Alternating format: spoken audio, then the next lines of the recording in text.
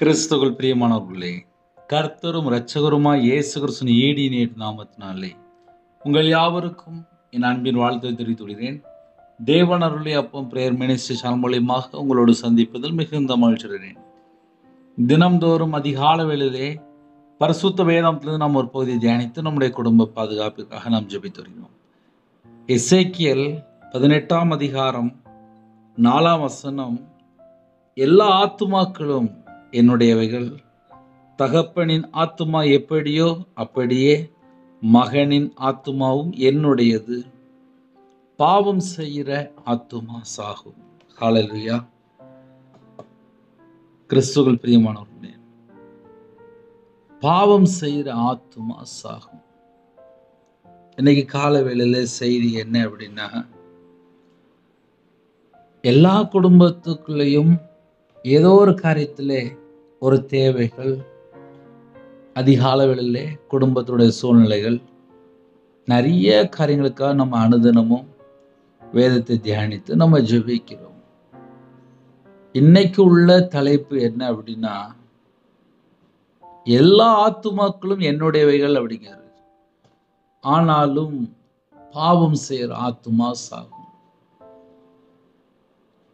ஒரு குடும்பம் ஆசீர்வாதமா இருக்கணும் அப்படின்னா முதல் பாயிண்ட் என்ன தெரியுமா? நம்மளோட வாழ்க்கையில கர்த்தரை விட்டு எங்கேயாவது தள்ளி போயிருக்கிறோமா? அந்த ஒன்றை மட்டும் நம்ம எப்பொழுதுமே மறந்துடக்கூடாது. ஏன்னா கர்த்தருடைய பிள்ளைகள் ஆசீர்வாதத்தை பெற்றுக்கொள்ளுன்னு சொல்லி பல காரியங்களுக்காக ஜெபம் பண்ணிட்டு இருப்பீங்க. அதுக்கு தடையா இருக்கு என்ன தெரியுமா? இந்த பாவம் தான். ஒரு மனுஷன் மனம் திரும்பிட்டான் அப்படின்னாலே இந்த குடும்பம் ஆசீர்வதிக்கப்பட்டிரும். எசேக்கியேல் 18ஆம் அதிகாரம் 32ஆம் வசனத்துல அழகா எழுதப்பட்டிருக்கு, மனம் திரும்புங்கள் அப்பொழுது பிழைப்பீர்கள், மனம் திரும்புங்கள் அப்பொழுது பிழைப்பீர்கள், சாகிறவனுடைய சாவை நான் விரும்புகிறதில்லை என்று கர்த்தராகிய ஆண்டவர் சொல்கிறார். ஒரு குடும்பம் ஆசீர்வாதமா இருக்கணும் அப்படின்னா எந்தெந்த காரியத்திலே மனம் திரும்பணும் அப்படின்னு சொல்லி ஆவியான திட்டமும் அவங்க கூட பேசி கொண்டிருப்பார். பாவத்தை பத்தி ஒரு பெரிய லிஸ்டே இருக்கு. விக்கிரகத்துல போயிருப்பாங்க, அது தேவனுக்கு விரோதமான பாவம்.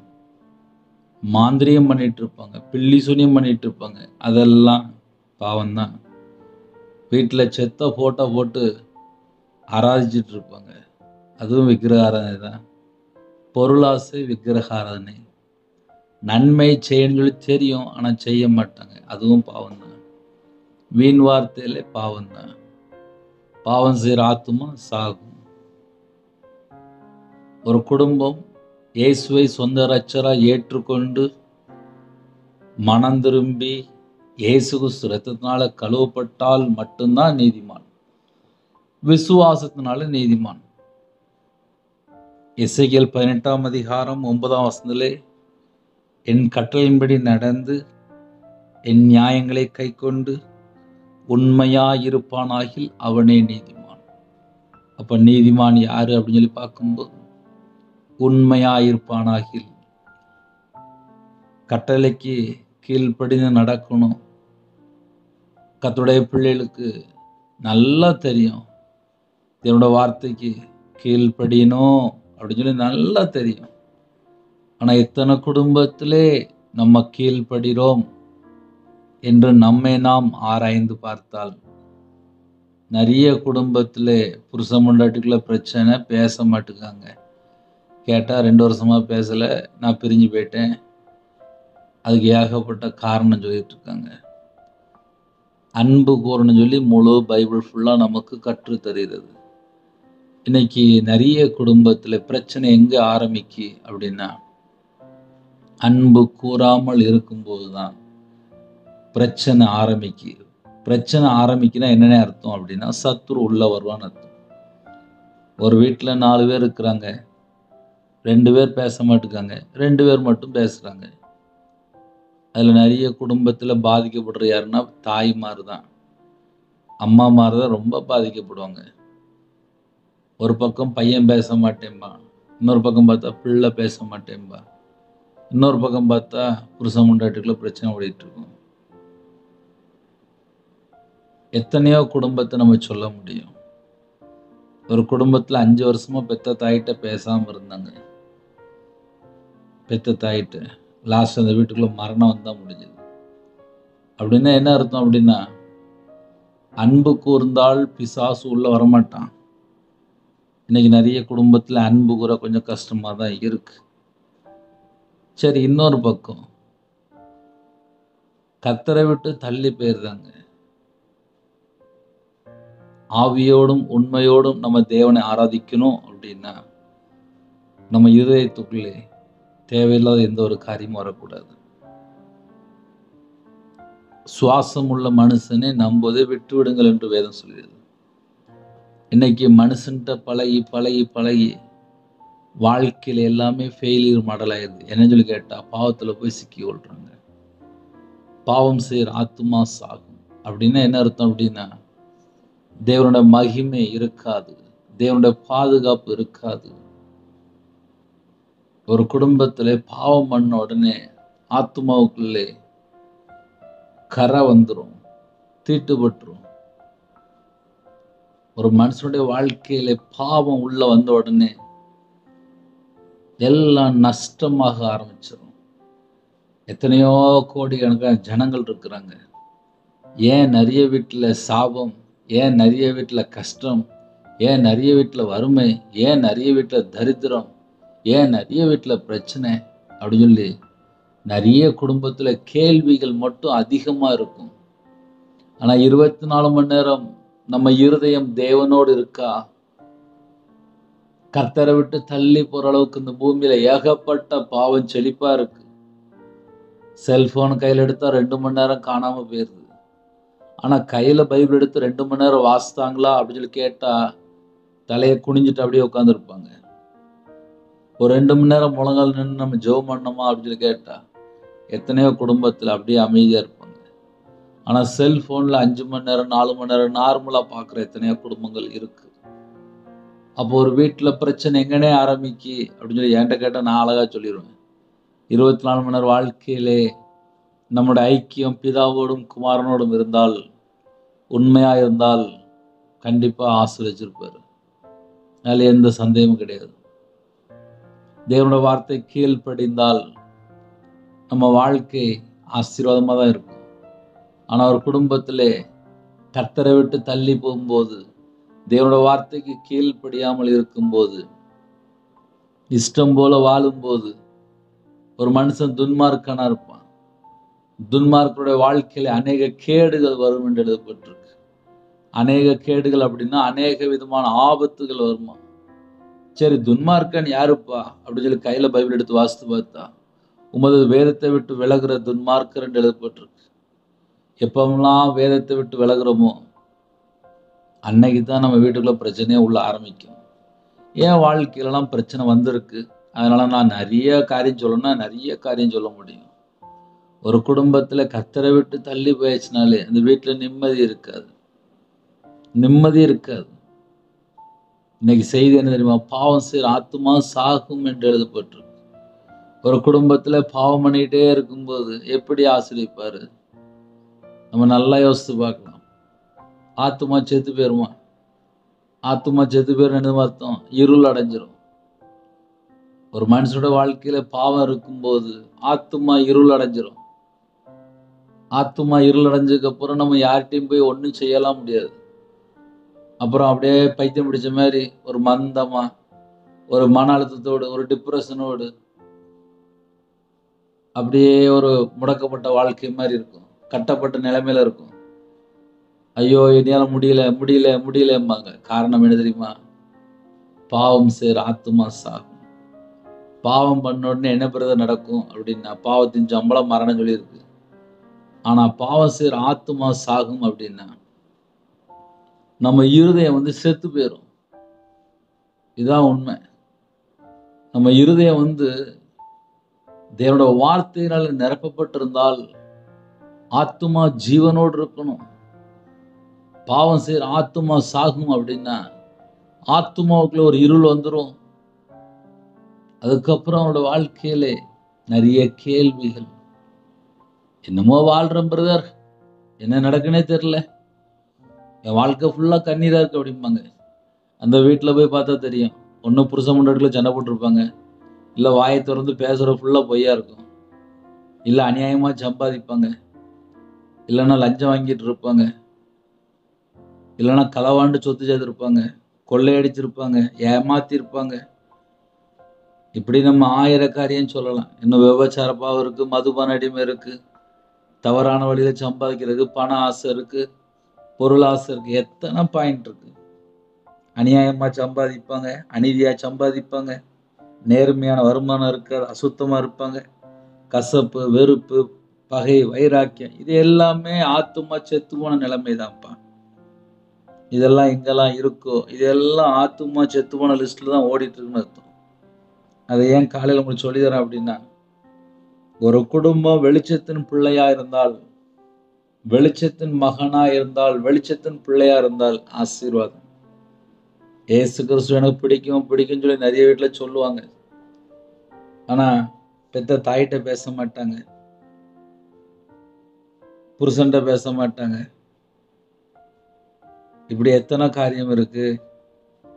அதனால கால வேளையில யாரெல்லாம் இணைந்திருக்கிறீங்களோ, ஒரு வசனம் கரெக்டா ஞாபகம் வச்சுக்கோங்க, பாவம் செய்யற ஆத்துமா சாகும்.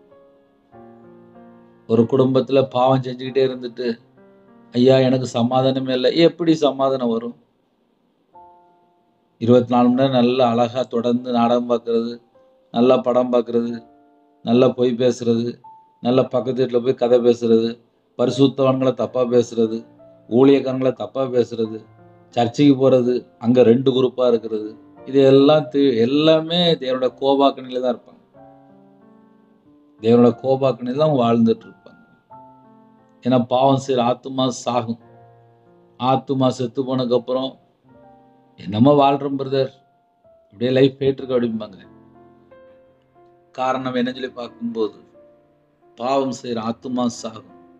செத்து போன நிலைமையில ஒரு மனுஷன் இருக்கும்போது எல்லாமே ஆஃபா தான் இருக்கும்.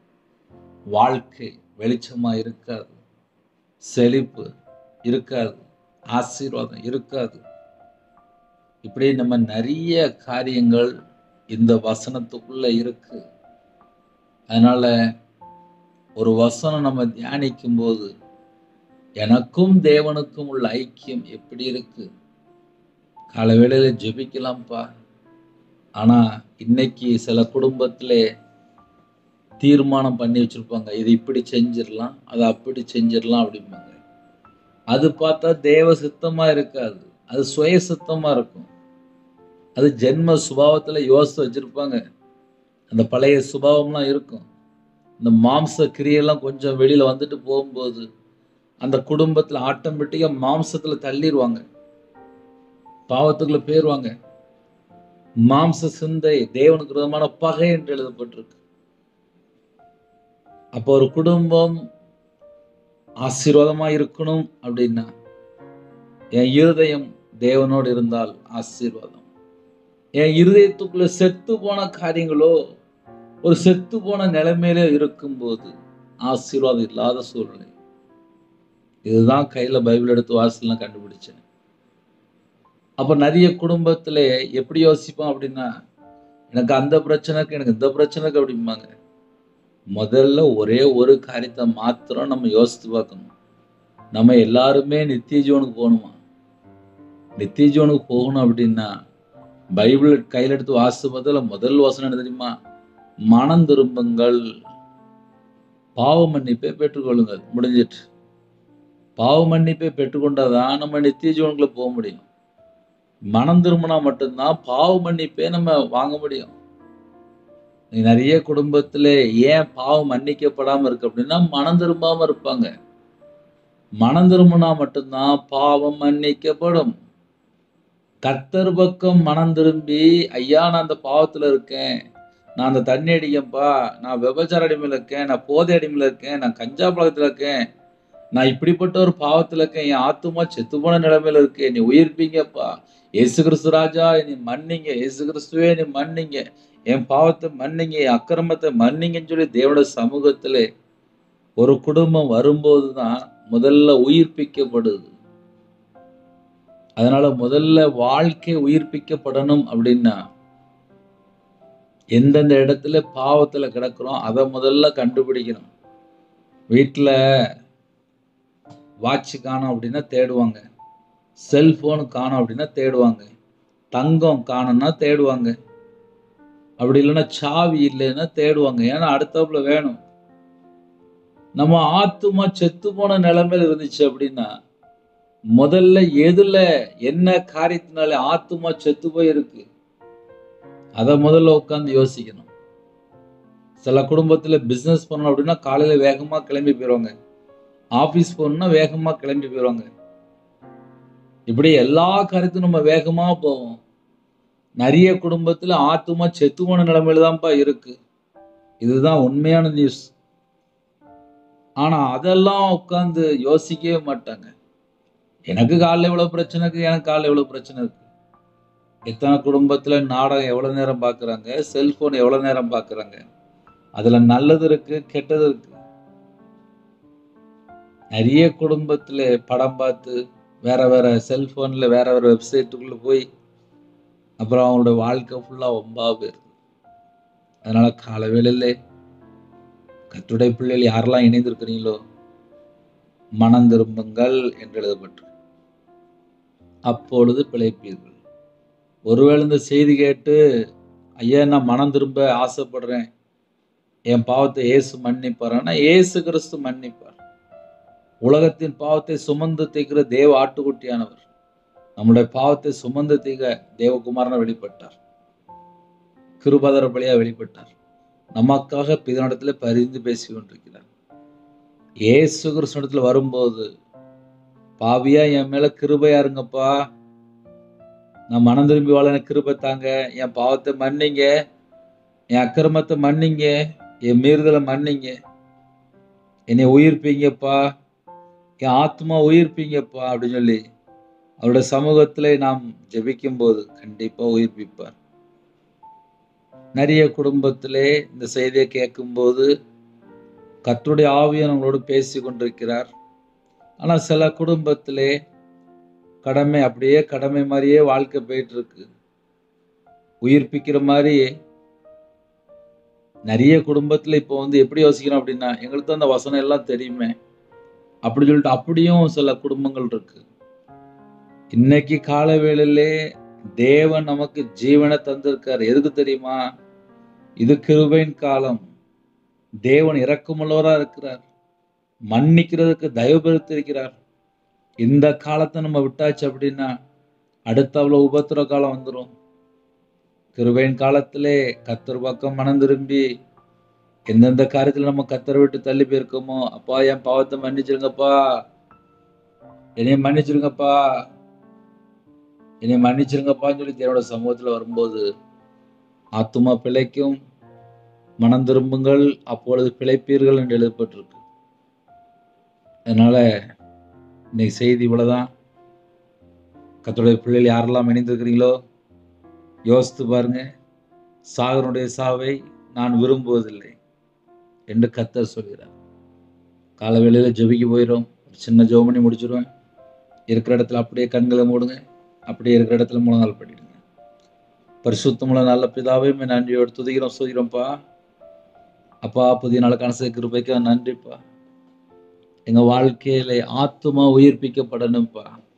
இந்த காலை வேளையில யாரெல்லாம் மனம் திரும்புறாங்களோ அப்பா அந்த பிள்ளைகளோட வாழ்க்கையில கர்த்தரை விட்டு தள்ளி போன பாவத்தை மன்னித்து உங்க பிள்ளைகளை பரிசுத்தப்படுத்தி உங்களுடைய கிருபையால் நிரப்பி ஆசீர்வதிங்க. புது கிருபையால் நிரப்புங்க. ஜெப விஷயம் தாங்க, தியானிக்கிற விஷயம் தாங்க, துதிக்கிற விஷயம் தாங்க. சிறு பிள்ளைகள் முதற்கொண்டு முதியோர் எல்லா குடும்பத்தையும் கர்த்தர் வேலை அடைத்து ஆசீர்வதிங்க. எத்தனையோ தேசத்துக்குள்ள இணைந்திருக்காங்க. உங்களோட வாழ்க்கையில எங்கெல்லாம் குறைகள் இருக்கும் அந்த குறைகள் எல்லாம் மன்னித்து ஆசீர்வதிங்க. இந்த நாளை கர்த்தருடைய கரத்துல அப்படின்னும் உங்களோட ரத்த கோட்டைகளை வேலை அடைங்க.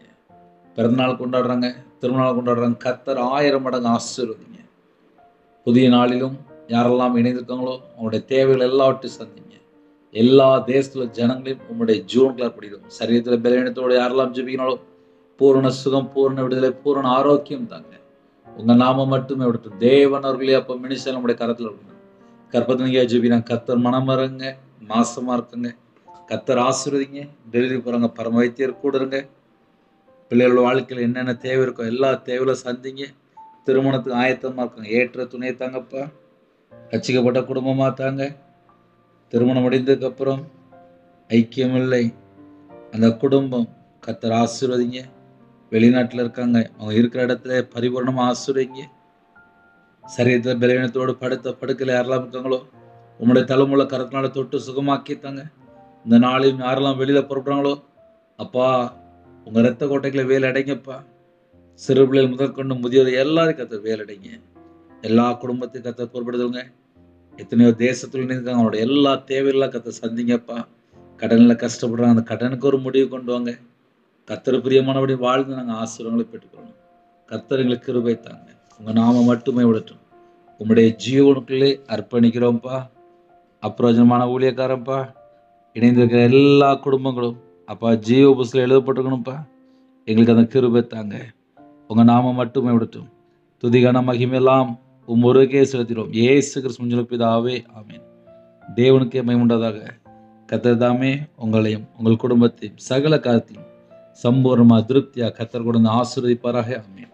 கர்த்தராகிய இயேசு கிறிஸ்துவின் கிருபையும் பிதாவாகிய அன்பும் பரிசுத்தனுடைய ஐக்கியமும் இப்பொழுதும் எப்பொழுதும் சதா காலங்களிலும் நம்ம கொடுப்பதாக, ஆமென். கிறிஸ்துவில் பிரியமானவர்களே, 9363064181 என்ற நம்பத்தில் உண்டால் நாங்கள் உங்களுக்காக குடும்பத்துக்காக ஜெபிப்போம். நீங்களும் எங்களுடைய ஊழியர்களுக்காக தொடர்ந்து ஜெபித்தோம்.